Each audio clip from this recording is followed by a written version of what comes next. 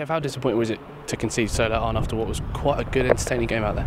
Yeah, it was extremely disappointing. I think we were holding on second half. Really, I was disappointed with our second half performance, but we managed to hold on, like you say, until the last 15 seconds, and then the goal was extremely disappointing.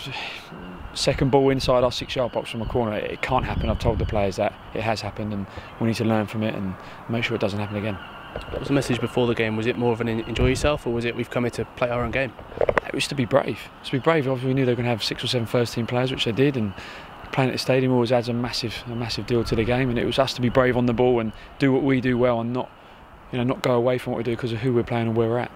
Scored early, but then conceded 2. How did you feel the game was going at half-time? I was fairly pleased. I felt the first 5 minutes was crazy, which it sometimes is. The boys had to find their feet, which they then did, and I thought for most of the first half I was really pleased with what I saw. Obviously a couple of stupid big mistakes for their goals, which again we need to learn from that, but going forward, the rotations, the way we played, it was fairly pleasing.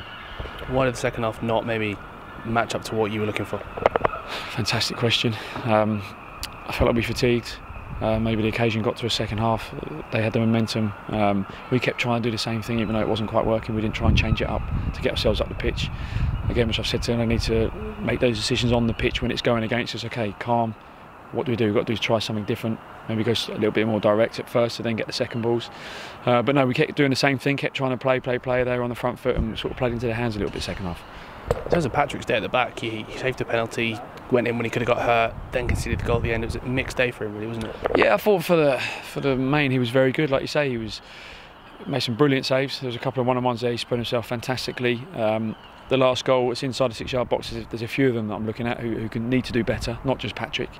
But listen, the trip up here was exactly what we wanted it to be. It was a fantastic game against a really good opposition, and the boys will learn from this. And if we come up here again or to somewhere similar, then I expect us to play slightly better and be more used to it.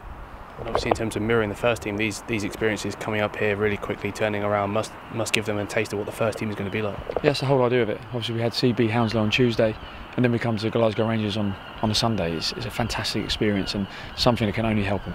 And obviously, a quick turnaround, Reading in the week. What are you going to take from this game into that one? Obviously, the positives on this game. The first half, in particular, the way we did move the ball. Second half, how we need to manage the game better.